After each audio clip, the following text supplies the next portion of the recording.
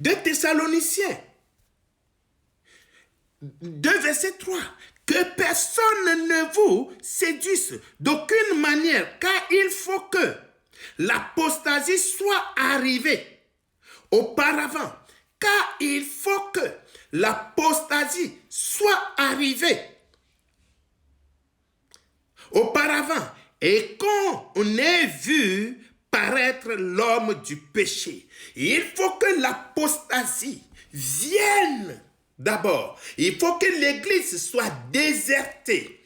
Il faut que les gens perdent l'espoir de l'église. L'œuvre à la croix, l'œuvre salvatrice que l'église de Jésus-Christ prêche. Il faut que ces gens que vous voyez, je vais présenter leurs vidéos et vous prenez le temps à les écouter, à savoir, ils sont des envoyés de Dieu. Est-ce qu'ils sont Dieu? Oui, vous les écoutez.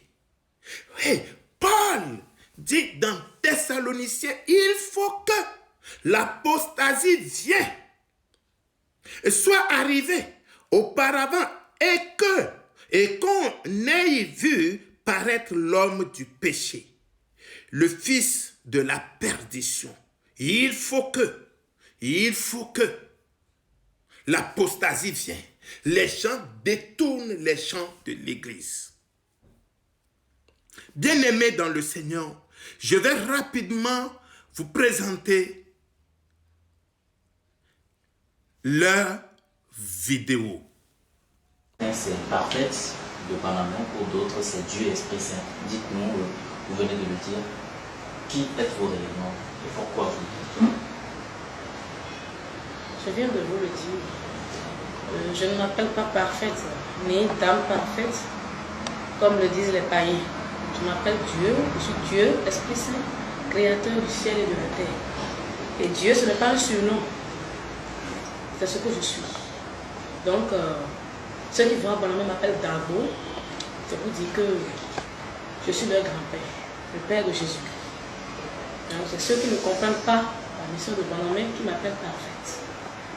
Êtes-vous le dernier prophète? Je ne suis pas le premier prophète et bien sûr que je ne peux pas être le dernier prophète parce que, vous voyez, le Dieu des musulmans est mort et Mahomet, il est tout à fait normal que Mahomet soit le dernier puisque Allah est mort. Le Dieu des faux chrétiens est mort et c'est tout à fait normal que leur Dieu ne parle plus. Mais le Dieu que je sais est vivant. Et s'il est vivant, il parle. Et s'il parle, alors il y aura toujours des prophètes parce que le prophète, c'est la bouche de Dieu. C'est cela. Mais prophète, n'est-ce pas vers Jésus qu'il faut ramener les gens? Oui, mais Jésus, il est où? Il est vivant. Il est vivant, mais est-ce que Jésus est le seul vivant? Quand vous dites que Jésus est vivant, est-ce que Jésus... Alors, quand je parle, par exemple, que je n'utilise pas la Bible, ça ne veut pas dire que je ne peux pas prêcher dans ça là. Ça là, c'est moi. La Bible qui est là, c'est moi. Le travail que j'ai effectué en Israël là, c'est ça qu'on a écrit. C'est ça qu'on a écrit ici. Donc je ne suis pas venu vous parler du travail que j'ai déjà fait. Il y a un autre travail que je suis venu effectuer sur la terre. Ce travail, c'est celui de la fin du monde. De la fin de tous les temps. Là, c'est moi qui vais détruire le monde. Moi là. Regardez mes gros yeux que vous voyez qui sont là. C'est moi. Mes 2 mains qui sont là. C'est moi. Regardez mes 2 pieds. Moi-même qui suis en train de marcher que vous voyez là. C'est moi qui vais anéantir. Je dis bien le monde. Hein. Je n'ai pas dit Côte d'Ivoire. Je dis le monde qui est là. Je dis j'ai affaire à ce monde-là. Je dis moi, Dieu là. Moi, j'ai affaire à ce monde. Je ne suis pas venu pour plaisanter, pour rire, pour être applaudi. Non. Moi, je n'ai pas besoin de ça. D'applaudissements. Non. Ce que je suis venu faire là. C'est parce que vous ne voyez pas, c'est ça. Mais ça vient. Mais avant de faire là, je dois vous mettre de côté.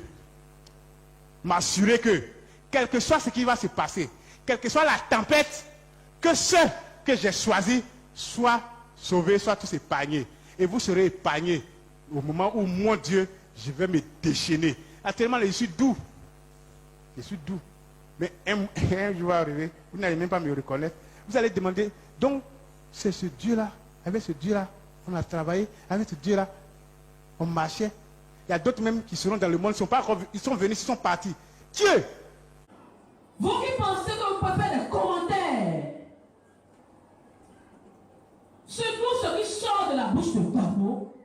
ou tout ce qu'il fait, vous vous égarez. Parce que Dieu n'est pas là pour vous obéir. Dieu n'a pas pris cher pour se soumettre à vos lois. C'est lui qui devrait vous imposer ses lois. Si je suis là dans la chair aujourd'hui, si j'ai fait descendre le ciel sur la terre aujourd'hui, transformer la terre en un paradis, c'est pour faire de chaque béninois un barbovine et un vrai. Je suis descendu du ciel avec mes lois. J'aime ma façon de gouverner parce que j'aime mon gouvernement. Je suis l'État le plus puissant de l'univers. Et aucun État ne peut se comparer à l'État qu'est Dieu ou au gouvernement de Dieu.